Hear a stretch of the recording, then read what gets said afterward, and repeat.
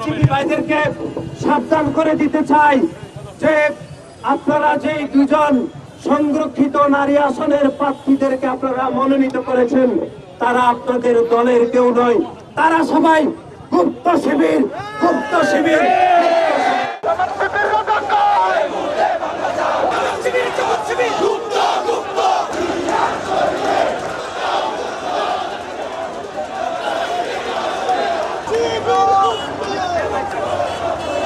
বার্তা দিতে চাই বাংলাদেশের সাধারণ শিক্ষার্থীদেরকে যে আমরা কোনো মতভেদ চাই না। কেউ যদি আমাদের সাথে মত পার্থক্য থাকে তাহলে আমরা মনে করি সেটি সামগ্রিক শিক্ষার্থীদের কল্যাণের এবং কল্যাণের অংশ হিসাবে আমরা আলোচনা করতে বিশ্বাসী।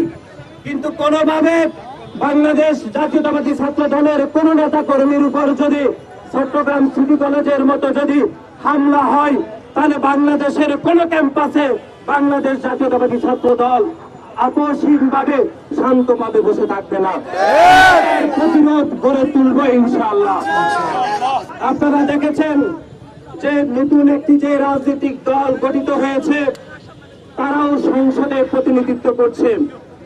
আমরা গত 1 বছর ধরে সেই নতুন রাজনৈতিক দলকে আমরা বহুভাবে বলেছি যে আপনাদের রাজনীতির ভিতরে গুপ্ত শিবির ঢুকে পড়েছে।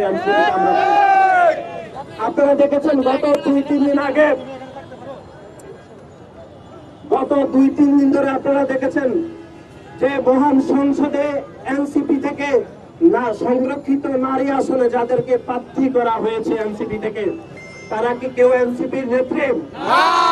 আমরা মনে করি যে মনিরা শারমিন এবং মাহমুদা মিতু গত 1 থেকে 1.5 বছর ধরে বাংলাদেশে যতগুলো প্রোপাগান্ডা হয়েছে সবগুলো প্রোপাগান্ডায় অংশগ্রহণ করেছেন এবং নেতৃত্ব দিয়েছেন।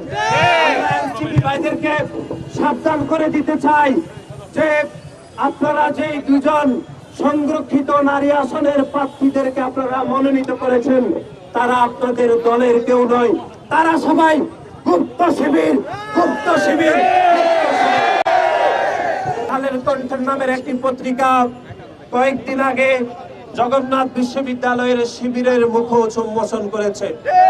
তারা কি করেছে যে শিবিরের এক নেতা আমার জগন্নাথ বিশ্ববিদ্যালয়ের 3 নারী শিক্ষার্থীর সাথে প্রেমের অভিনয় করেছে। প্রেমের অভিনয় করে তারা তাদেরকে যৌন হয়রানি করেছে এবং 3 নারী শিক্ষার্থী ভিন্ন ভাবে জগন্নাথ বিশ্ববিদ্যালয়ের কাছে তারা লিখিত আবেদন করেছে।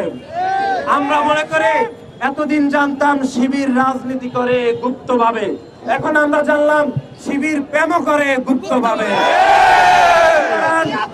আমরা বাংলাদেশের সাধারণ শিক্ষার্থী